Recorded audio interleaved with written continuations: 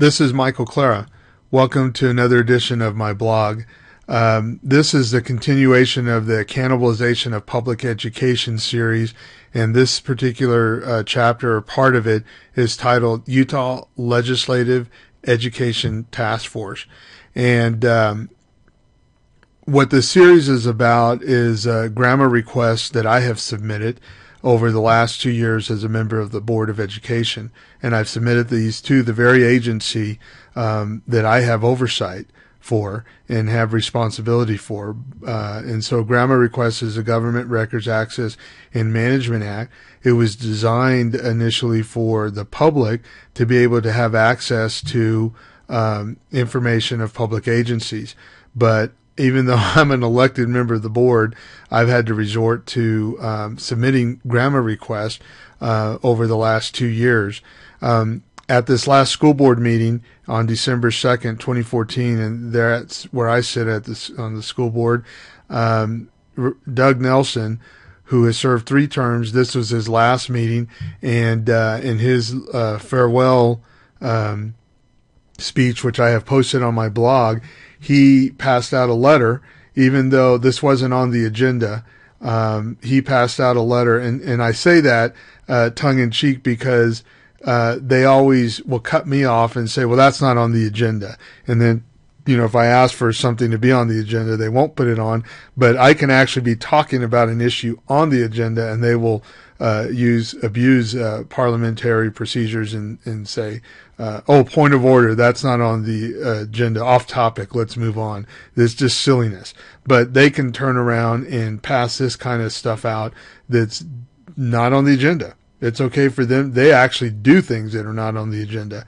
And so he passed out this document that points out that the grammar requests that I have done over the last 2 years, and this was made by the superintendent's personal, well, it's not his personal, but he hired a full-time attorney recently with taxpayer dollars, and this is the kind of stuff she does.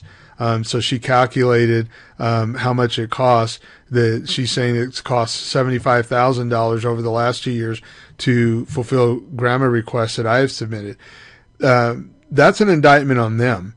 As a member of the Board of Education, I should not have to be submitting grammar requests.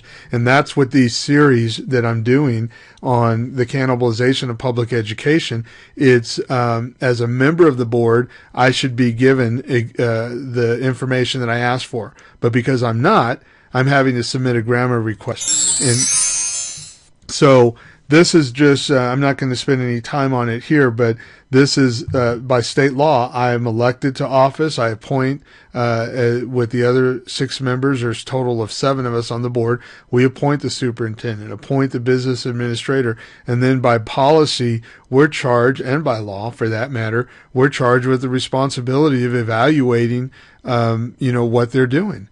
And but in this particular case, unfortunately, why I'm calling it the cannibalization of public education is you have the bureaucracy now looking at the activities of the elected officials. So in this particular grammar request that I submitted in September, I was alerted by several of my friends that are also elected officials on the city council, in state government, that they received a Government Records Access Management Act request from the Salt Lake City School District. So knowing full well that if I asked why they were doing that to the school district, they wouldn't tell me, so I submitted this grammar request. But I also asked the superintendent, which he doesn't answer the question. He refuses to answer my questions, but I asked him, can you please advise me where in your job description does it state you are to track the activities of school board members? As I understand Utah state law, you work for the Board of Education, not the other way around. Furthermore, state law and school board policy give me the authority and the obligation to monitor your activities and those of the district. Where does it say that a local school district superintendent is to spend his time and taxpayer dollars investigating the activities of the Board of Education members? So what happened was he ends up, submitting these types of requests to various public agencies, or his attorney did on his behalf. and this one is to the House of Representatives. And just as a side note here, interestingly enough, when I did my grammar request, I received over 1,000 pages of emails that had to do with me, and in one of them, he sends this email to the board president, and of course, when they wrote this, they had no idea that at one point I'd be reading it. But he tells her, that I want to their grammar request, and her response is hilarious. So that's significant because, she thinks in private it's hilarious and it's comical, but in the public meeting here on the 2nd, they were just, she was just beside themselves that I'm spending supposedly this kind of money. But again, that's an indictment on them that I'm even having to resort to a grammar request. This is just a close-up of the type of grammar requests that they sent out as a school district, or the attorney did. This is the superintendent's full-time attorney, and this is the kind of stuff she does, which is why, again, going back to the title of this series, A Cannibalization of Public Education. There's another one that I have called The Mastermind, which is the public relations officer of the school district, and his boss seemed to spend, based on the emails that I saw, a significant amount of time trying to counter any question that I have. It doesn't matter what it's about. Typically, my questions are about students of color and improving the educational outcomes of students of color. In my neighborhood, 80 to 90% of the elementary schools in my neighborhood are students of color. So in that mastermind segment, I demonstrate how the emails show a pattern of how the public relations officer and his boss are putting hurdles and roadblocks in my path to seek the information or seek improvement that I feel is needed. And here you have the attorney, full-time attorney, working against me. And so that's why it's a cannibalization of public education. If the people like me that are elected to have oversight of the very institution we're to have oversight on is actually working against us, we're never going to get anywhere in public education the way it is now, or with the kinds of people that are running it right now. This is some of the emails pertain to this particular meeting. Back in August of 2013, I went and testified to the Education Task Force of the state legislature because the topic was education governance. And on my blog, I'm not going to go into details as to what I said, but there's 2 entries in my blog here that you can go to at michaelclair.com and look these up and see for yourself what happened. Following my testimony at the Education Task Force in August of last year, this is the headline that it was on the front page of the paper: School Board Maverick Stirs Teacher Debate at Legislature. And then this was the electronic version of it. And it just says, Utah lawmakers on Education Task Force question Tuesday how well Salt Lake City School District is serving children in West Side schools, encouraging school board member Michael Clair to continue investigating. And this is one of the conservative senators, Republican senators in the state of Utah. Howard Stevenson is quoted in the paper as saying that, he's had some experience or negative experience trying to get information from the Salt Lake City School District. This is Senator Reed, who is also one of the senators here and is a Republican, and it just says that when he served in Salt Lake City Council, it's difficult to get attention for the needs of Rose Park neighborhood on the city's west side. I say bully for you because it'll get left out. And he was just encouraging me to continue to advocate for the people that elected me. In contrast to those 2 Republican senators, what was really odd, and the paper quoted it here, it says, after he repeated his criticism at the task force, Representative Carol Speckman Moss, a Democrat from Holiday, questioned Clair's, quote, inflammatory statements about the superintendent. So it doesn't matter what I'm saying about the outcome of students and how that needs to improve for my community. She's worried about the superintendent.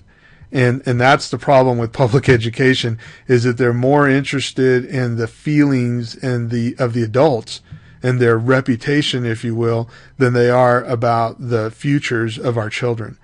A week after that, the Deseret News covered an odd angle, said Utah Dems fire at GOP lawmakers in defense of teachers. And so, during the task force meeting, Clara received encouragement from Senator Stuart Reed, a Republican from Ogden, who represented Salt Lake City's east side as a member of the city council. And he used to live in Salt Lake, and then when he moved up to Ogden, he ran for senator. He told Clara to continue pressing for change, saying the west side, particularly Rose Park, is routinely neglected by policymakers. Now, that's a Republican. In contrast, you have the Democrat now saying, Representative Carol Speckman Moss, a Democrat from Salt Lake City, cautioned her colleagues to not reach any conclusions before the task force had a chance to hear from members of the Salt Lake's school board. So, which they did. The following week, they had that opportunity, or the next meeting. So back to the grammar request that I did, in that documentation that I received, and I'll go back to why I brought up this meeting. But this is Representative Moss, and this is the superintendent, and this is a grammar email exchange that I found through the grammar request that I did. So when I'm at the task force sitting there, she fires off an email to the superintendent, says he is here at the education task force taking lots of photos. He hasn't spoken yet, but he may be planning to speak during the public comment portion. Then, and that's while I was there. What's odd about this is that when I noticed through the emails, these people spend a lot of time tracking and talking about what I do on my blog, what I do in meetings. If I go to a school, they get a report that I'm there, and sometimes they get a report of what the conversation was about, and they watch me on the cameras and stuff like this. It's just ridiculous.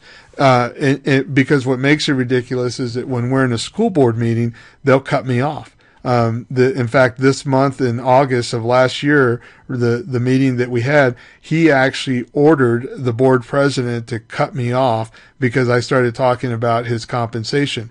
We were actually voting on raising taxes. I voted against it, and I was explaining why I was voting against it, and one of them was because of the large compensation he was getting, and I didn't think he deserved that, and that's part of my job is to evaluate his performance. Well, he ordered her to cut me off, which she did. So he's kind of the puppet master at the school board meetings. He's gotten a lot better at it since actually this meeting because I pointed out now. And so he's been trying to do it by hand gestures and facial expressions. But, so later on in the day, he responds to her, "Thank you. A number of people have told me how you tried to redirect Mr. Clara and your awesome support for truth, justice, and the American way and kids. You're the best." So this is just an hour after I spoke. He's already getting a number of people have contacted him, and they try to redirect me. Why do you need to redirect me? I'm talking about students of color. As I mentioned, in my neighborhood, 80 to 90% of the students in the elementary schools are students of color. And we have some of the lowest performing elementary schools in the entire state of Utah. I mean, we are at some of a couple are at the bottom 10, and maybe more than that. At least in my neighborhood, there's probably one or two that are there. But they're going to redirect me. That's what I want to talk about. But between him and her, the representative, they got to redirect me. That's what's ridiculous about this. And that's why I'm calling this the cannibalization of public education. If I can't do my job in representing my community and trying to seek improvement for student outcomes because I have these people working against me, we're never going to get anywhere. Then she responds, "My pleasure. He is dishonest and a media hound. Unfortunately, he got front page story," because she's writing this the following day. "Several people told me stories today of other tactics he has used to get attention. Unfortunate the time such people take from the important work of educating kids. Stay the course." So this is, again, the problem with public education, is that I am the only ethnic minority serving on the board. I represent 25% of the student body. I represent a quarter of the body of the students in the Salt Lake City School District, and so that means that on the west side of Salt Lake City, you have a little over 50% of the student body. They're represented, and those are the students of color, are represented by two people. Each of us represent on average 25% of the student body, and then on the east side, you have 5 representatives that each represent about 10% of the student body. But here you have Representative Moss talking to the superintendent, who technically works for me, explaining that, they're just dismissing everything that I'm saying. And it's interesting that he talks about truth, justice, and the American way, and kids. That's what she stands for, but clearly, by implication, that's not what I stand for. And this is just a mantra that they have. It's almost like they're trying to convince themselves, educating kids and kids. They got to throw that in there because they're actually not doing that. They care more about their own reputation and about, their feelings as adults than they do about what I'm concerned about. Later on that day, Representative Joel Briscoe sends McKell a transcript. And again, I know this because I did a grammar request and they were required by law to give me these emails that talked about me. And that's what we're dealing with. They shoot off the transcript and got to know what I said at the Capitol. Later on that day that I spoke, within hours again, a couple hours, at 4:21, the board president, and this is the vice president, this is Christy Sweat, vice president, Heather Bennett, superintendent, she shoots off an email saying, I just listened. So she's already listening to the audio. This is a woman that'll cut me off and abuse parliamentary procedures so that I can't speak at a school board meeting. But as soon as I speak to the state legislature, she's all listening to the audio. Very bizarre, schizophrenic behavior, if you ask me. But in this email, she says, I just listened. He was obviously invited. Joe D. Sundberg said, he had loads of files and spoke for 20 minutes. Carol S. Moss spoke up for us. You see, it's about us. It's not about kids or students or the educational outcomes of the kids in my neighborhood. It's about us. See, he spoke up for us, but Jen Seelig and Keith Grover said nothing. So I don't know why she feels there's an obligation. Oh, I know. Well, Keith Grover's twin brother, works for the school district, and maybe that's why she feels he has some obligation to speak up for us. But I would suggest listening to the recording, she says. So that's, again, just the ridiculousness of, I'm there to talk about students, but they want to talk about themselves and their reputation and who should be sticking up for them. The following week,